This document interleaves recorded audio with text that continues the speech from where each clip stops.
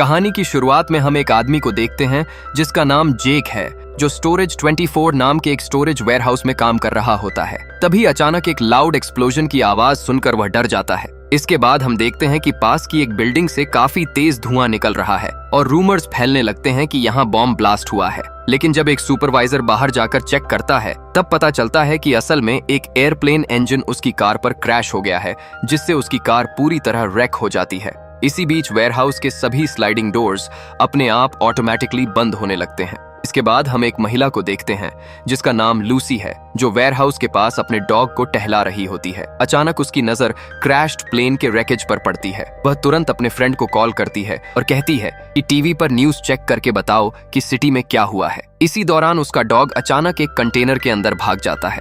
Lucy उसके पीछे जाती है और देखती है कि वहां चारों तरफ एक स्ट्रेंज व्हाइट कलर्ड लिक्विड फैला हुआ है, लेकिन उसका डॉग और भी अंदर चला जाता है। लूसी देखती है कि उसका डॉग एक डार्क एरिया की तरफ डर के साथ देख रहा है।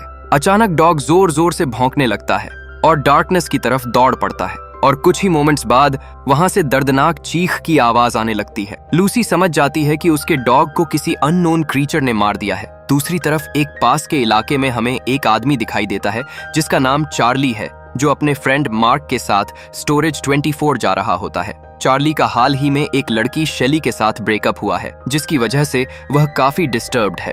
उसी समय रेडियो पर न्यूज आती है कि सेंट्रल लंदन एरिया में एक मिलिट्री प्लेन क्रैश हुआ है। कहा जा रहा है कि उस प्लेन में कुछ एक्सट्रीमली सीक्रेट और डेंजरस चीज ट्रांसपोर्ट की जा रही थी। कई घंटों तक ट्रैफिक में फंसे रहने के बाद चार्ली और मार्क आखिरकार स्टोरेज 24 पहुंच जाते हैं। जब वे एंट्रेंस पर पहुंचते हैं तो उन्हें पता चलता है कि वेयरहाउस का डोर कुछ घंटे पहले ऑटोमेटिकली बंद हो गया था और अंदर एक मैकेनिक बॉब उसे फिक्स करने की कोशिश कर रहा था। कुछ देर बाद बॉब एक टूल की मदद से इमरजेंसी डोर खोल देता है, जिससे मार्क और चार्ली अंदर आ जाते हैं और वहां का बॉस बाहर निकल जाता है। लेकिन यह ज्यादा देर तक नहीं चलता और थोड़ी ही देर में डोर फिर से ऑटोमेटिकली बंद हो जाता है। बॉब फिर जेक से कहता है कि उसे इमरजेंसी सिस्टम ठीक करना पड़ेगा, नहीं तो उसके बिना वेयरहाउस में कोई एंटर या एग्जिट नहीं कर पाएगा। जेक बॉब को बेसमेंट में ले जाता है। वहां बॉब नोटिस करता है कि वेंटिलेशन डक्ट का कवर टूटा हुआ है।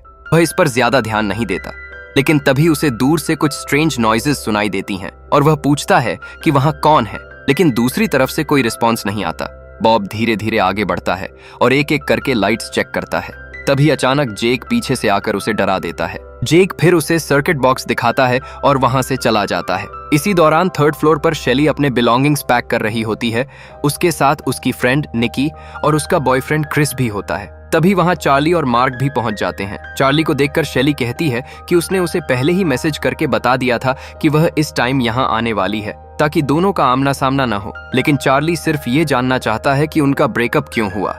तभी अचानक लाइट्स बंद हो जाती हैं। रिसेप्शन पर जेक अपनी जॉब को लेकर गालियां दे रहा होता है और फिर बॉब को चेक करने के लिए बेसमेंट में चला जाता है। वहां वह बॉब को स्टेयर्स पर बैठा हुआ देखता है। जब वह उसके पास पहुंचता है तब उसे पता चलता है कि बॉब पर किसी ने ब्रूटली अटैक किया है। अचानक जेक के सामने एक डेंजरस एलियन आ जाता है। डर के मारे जेक तुरंत ऊपर की तरफ भागता है और बेसमेंट का डोर बंद कर देता है। लेकिन एलियन इतनी जोर से डोर पर हमला करने लगता है कि जेक समझ जाता है कि अगर वह वहीं रुका रहा वह बच नहीं पाएगा, इसलिए वह तुरंत वहां से भाग जाता है। इसी दौरान चार्ली और मार्क वेयरहाउस से बाहर जाने के लिए डोर के पास आते हैं, लेकिन डोर बंद होता है। वे आवाज लगाकर पूछते हैं कि क्या वहां कोई है, लेकिन वहां कोई नहीं होता। मार्क नोटिस करता है कि मैकेनिक बॉब की व्हीकल अभी भी बाहर पार्क्ड है। वह वैन पर लिखे नंबर पर कॉल करने की कोशिश करता है, लेकिन उसके फोन में सिग्नल नहीं होता। अचानक क्रिस को बाहर किसी के स्क्रीमिंग की आवाज सुनाई देती है और वह तुरंत चेक करने के लिए हॉल में आ जाता है।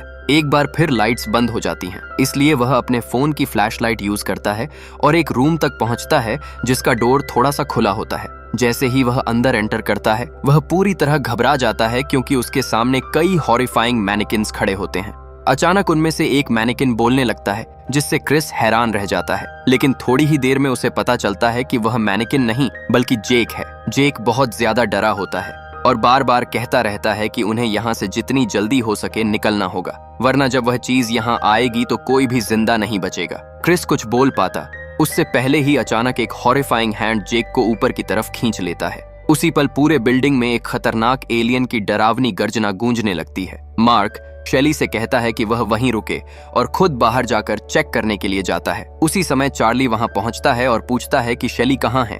तभी शेली रूम से बाहर आती है और अपने कपड़े एडजस्ट कर रही होती है। यह देखकर चार्ली के पैरों तले जमीन खिसक जाती है। उसे समझ आ जाता है कि मार्क और शेली का अफेयर चल रहा है। गुस्से में चार्ली मार्क को जोर से पंच मार देता है। शेली उन्हें रोकने की कोशिश करती है, लेकिन चार्ली गुस्से में पूरी तरह ब्लाइंडेड हो चुका होता है। शेली माफी मांगती है और यह कन्फेस करती है वह काफी समय से उसे बिट्रे कर रही थी। चार्ली चुपचाप वहां से चला जाता है ताकि वह अपने आंसू छुपा सके। शेली की इस हरकत को देखकर निकी भी अपसेट हो जाती है और चार्ली को शांत कराने के लिए उसके पीछे जाती है। जब वे दोनों मैनेकिन रूम के पास से गुजरते हैं तो उन्हें वहां से एक आवाज सुनाई देती है। वे अंदर जाकर चेक करते हैं कि आवाज कहां से आ रही है। निकी देखती है कि क्रिस एक कॉर्नर में बिल्कुल मैनेकिन की तरह जमकर बैठा हुआ है। चिंतित होकर निकी उससे पूछती है कि क्या हुआ। जब क्रिस अपना सिर उठाता है तब निकी देखती है कि वह इंजर्ड है। निकी तुरंत उसका खून साफ करने लगती है, लेकिन तभी वहां ऊपर से खून की एक और बूंद गिरती है। तब वे देखते हैं कि खून सीलिंग से टपक रहा है। क्रिस के फोन की फ्लैशलाइट की मदद से चार्ली ऊपर देखता है, लेकिन वहां उसे कुछ दिखाई नहीं देता। लेकिन जैसे ही वह यह कहता है, अचानक जेक उसके सामने आ गिरता है। उसका चेहरा बुरी तरह फटा हुआ होता है और वह कुछ बोल भी नहीं पा रहा होता। यह देखकर चार्ली तुरंत ग्राउंड पर गिर जाता है। निकी घबरा जाती है और रूम से बाहर भाग जाती है। इसी दौरान मार्क और शेली भी चलते चलते मैनेकिन रूम तक पहुंच जाते हैं। चार्ली उन्हें बताता है कि जेक पर भयानक हमला हुआ है और उसकी हालत बहुत खराब है। उसी समय क्रिस बड़बड़ाने लगता है कि अब हम सब मरने वाले हैं। दूसरी तरफ अचानक वे देखते हैं कि एक आदमी पीछे से निकी को पकड़ लेता है। उसकी चीख सुनकर बाकी सभी लोग तुरंत वहां पहुंच जाते हैं। शेली पीछे से उस आदमी पर हमला करती है और उसे बेहोश कर देती है। निकी कहती है कि शायद यही वह आदमी है जो सबको डरा रहा था और लोगों को नुकसान पहुंचा रहा था।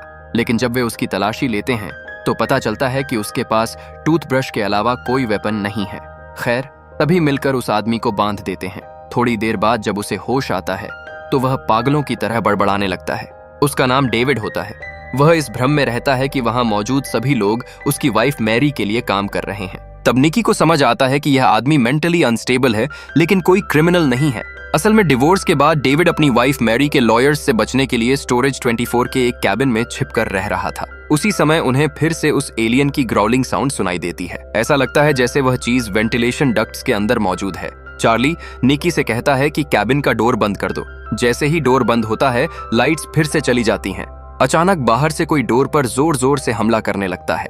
डर के मारे क्रिस कहता है कि एलियन उन्हें जिंदा नहीं छोड़ेगा। जैसे ही डोर टूटने वाला होता है, क्रिस घबराकर आउटर कॉरिडोर में भाग जाता है, लेकिन तब तक वह सैवेज एलियन उसका पीछा करना शुरू कर चुका होता है। क्रिस छिपने की बहुत कोशिश करता है, लेकिन आखिर में एलियन उसे ढूंढ ही लेता है। एलियन क्रिस के पास आता है और उसके दिल की धड़कन सुनने की कोशिश करता है और फिर एक ही वार में वह क्रिस के सीने से उसका दिल निकाल देता है। दूसरी तरफ डेविड बाकी लोगों से कहता है कि उसका कैबिन ही एकमात्र ऐसा कैबिन है जिसे अंदर से लॉक किया जा सकता है। उसने यह सेटअप खुद को मैरी से बचाने के लिए बनाया था। अब सभी लोग उस फ्लोर पर पहुंचते हैं जहां डेविड का कैबिन होता है, लेकिन डेविड को सही की नहीं मिल रही होती। चारों तरफ से उस डेंजरस एलियन की आवाजें सुनाई दे रही होती हैं, जिससे सभी लोग डर जाते हैं। सब लोग डेविड से कहते हैं कि जल्दी डोर खोलो, लेकिन इससे डेविड और ज्यादा नर्वस हो जाता है।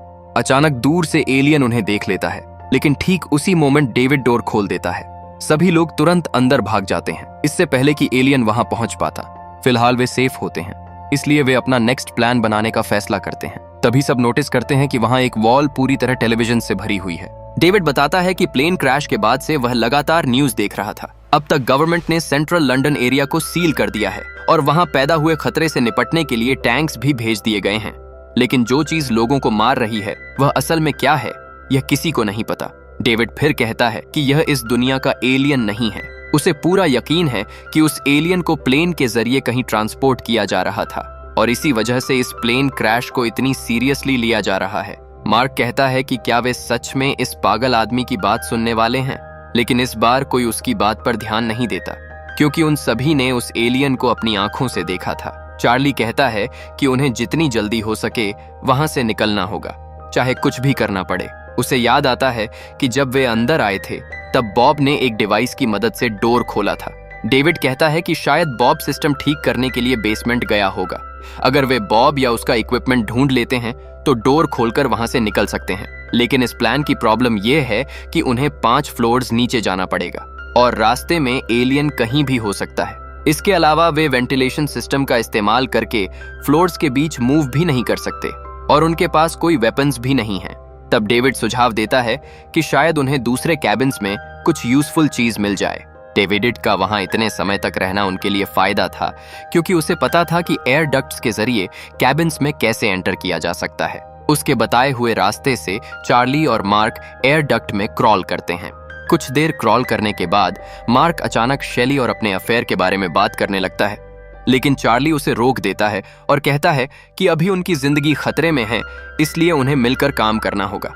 थोड़ी ही देर में वे एक कैबिन में पहुंचते हैं और अंदर रखे बॉक्सेस में कुछ यूजफुल चीजें ढूंढना शुरू कर देते हैं। इस तरह वे कई कैबिन्स की तलाशी लेते हैं। उन्हें वहां बहुत सी अजीब चीजें मिलती हैं, लेकिन कोई भी यूजफुल चीज नहीं मिलती। आखिरकार उन्हें कुछ नाइव्स, एक वॉकी टॉकी, कुछ फायर क्रैकर्स और एक आयरन रॉड मिल जाती है। इन चीजों को लेकर वे वापस जाने लगते हैं।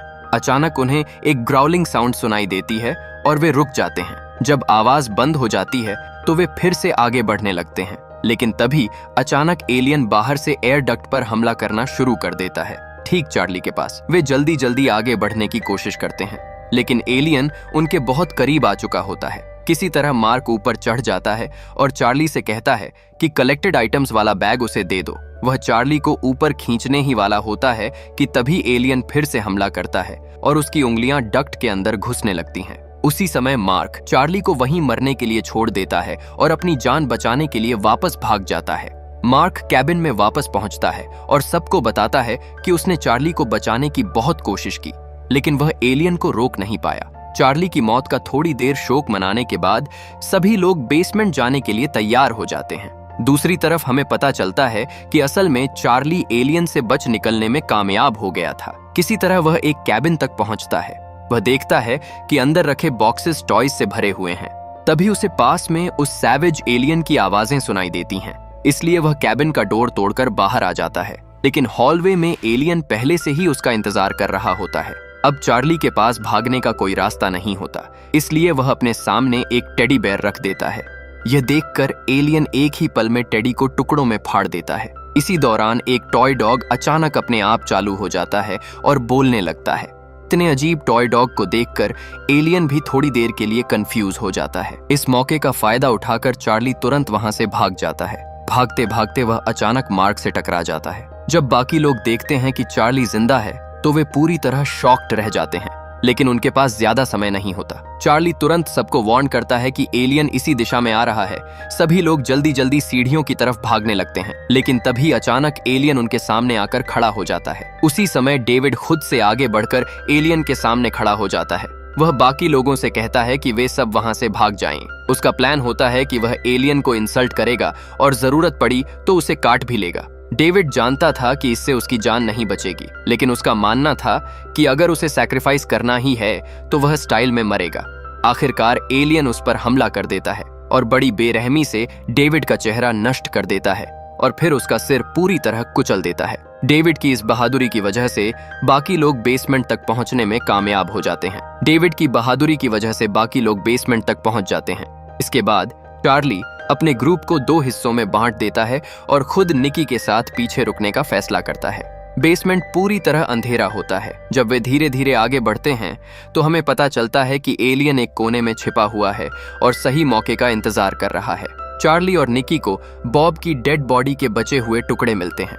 अपनी घिन को नजरअंदाज करते हुए चार्ली उस डिवाइस को ढूंढना शुरू कर देता है जिससे डोर खोला जा सकता था। अचानक वह टेक्नीशियन थोड़ी देर के लिए फिर से हिलने लगता है। इसे देखकर चार्ली बुरी तरह डर जाता है, लेकिन कम से कम उन्हें वह डिवाइस मिल जाता है। वे उस डिवाइस को लेकर वापस ग्राउंड फ्लोर की तरफ लौट जाते हैं। वहां मार्क अकेला उनका इंतजार कर रहा होता है। जब उससे शेली के बारे में पूछा जाता है तो वह बताता है कि एलियन उसे अपने साथ ले गया। यह सुनकर चार्ली बहुत डिस्टर्ब्ड हो जाता है और वह शेली को उस हालत में छोड़कर जाने के लिए तैयार नहीं होता। जब मार्क उसे रोकने की कोशिश करता है तो चार्ली गुस्से में उसे पंच मार देता है। दोनों वहीं लड़ने लगते हैं। दूसरी तरफ शेली की बॉडी हवा में लटकी हुई होती है क्योंकि एलियन ने उसे पकड़ रखा होता है। शेली चुपचाप अपनी पॉकेट से नाइफ निकालती है और एलियन पर हमला कर देती है। किसी तरह वह अपनी जान बचाने में कामयाब हो जाती है। चार्ली वॉकी टॉकी की मदद से उसे कहता है कि ग्राउंड फ्लोर पर आ जाओ। आखिरकार शेली उसकी बात का रिस्पॉन्स देती है। एलियन अभी शेली को पकड़ने ही वाला होता है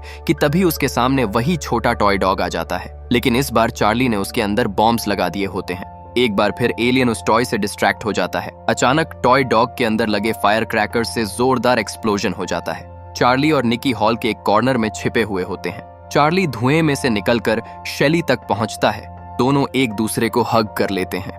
जब वे निकी के साथ नीचे जाने लगते हैं तब उन्हें पता चलता है कि एलियन अभी भी जिंदा है और अब वह बहुत ज्यादा गुस्से में है। अब उनकी आखिरी उम्मीद वही डिवाइस होती है जिससे डोर खोला जा सकता है और वे वहां से एस्केप कर सकते हैं, लेकिन रिसेप्शन की तरफ जाने वाला डोर मार्क ने आयरन रॉड से ब्लॉक कर दिया होता है। उसे डर था कि अगर चारों साथ रहे तो कोई भी मारा जा सकता है, लेकिन अगर एलियन पहले तीनों से टकराए तो उसके बचने के चांसेस ज्यादा होंगे। उनके बार बार कहने के बावजूद भी मार्क डोर नहीं खोलता, लेकिन तब चार्ली अपनी पूरी ताकत लगाकर डोर को ही तोड़ देता है। इसके बाद वह बॉब के डिवाइस को डोर से कनेक्ट करके उसे खोलने की कोशिश करता है। इसी दौरान शेली गुस्से में मार्क को जोर से थप्पड़ मार देती है। उसी मोमेंट एलियन दीवार तोड़कर उनके सामने आ जाता है। वह मार्क को कंधों से पकड़ लेता है और उसका चेहरा बेरहमी से खाने लगता है। बार बार भागते भागते अब चार्ली पूरी तरह थक चुका होता है, इसलिए वह आयरन रॉड से एलियन पर हमला कर देता है, लेकिन एलियन उस पर भारी पड़ रहा होता है। जैसे ही एलियन चार्ली को मारने वाला होता है, ठीक उसी समय निकी फायर एक्सटिंग्विशर से उस पर हमला कर देती है और मौका मिलते ही चार्ली आयरन रॉड को सीधा एलियन के पेट में घुसा देता है। आखिरकार वे वेयरहाउस से बाहर निकलने में कामयाब हो जाते हैं, लेकिन बाहर आकर वे देखते हैं कि पूरे शहर पर एलियंस ने हमला कर दिया है और इसी के साथ कहानी यहीं खत्म हो जाती है।